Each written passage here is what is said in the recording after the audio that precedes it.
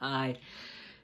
This week I'm talking about the things that are amplifying employee stress and anxiety at this time, despite the fact that we might be seeing a glimpse of light at the end of the tunnel, of this pandemic tunnel.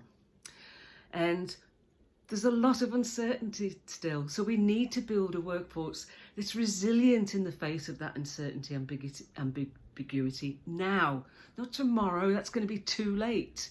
You're going to have a workforce that's fatigued, burnt out, and if you don't have a fit workforce, you won't have an organisation. So the time is now to invest in building a resilient workforce. And I wanted to talk today about the stigma. Before COVID, when everyone was working, majority of people worked in the office, there was a stigma to working from home, often referred to as shirking from home. And the people that did work from home, what researchers called the flexibility stigma. And what that meant was they worked harder, longer hours, because they felt they had to prove themselves and prove their dedication to the organisation when they were working from home, because it was looked down on, it was frowned on. Now that we're all working from home due to COVID, that stigma's been lifted to some extent because we're all in the same boat.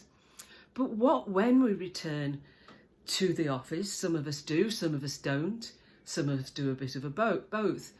For those that are physically located with their boss, will they be thought better of than the employee that's working from home?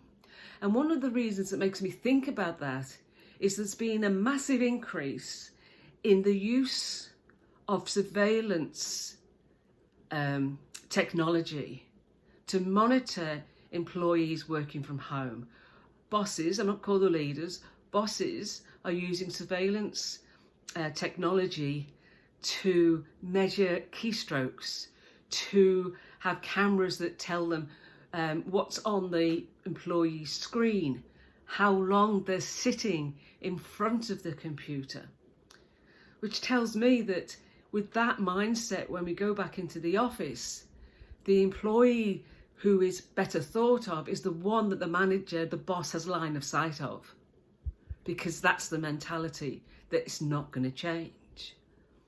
So I think the stigma will still be there unless we change that mentality.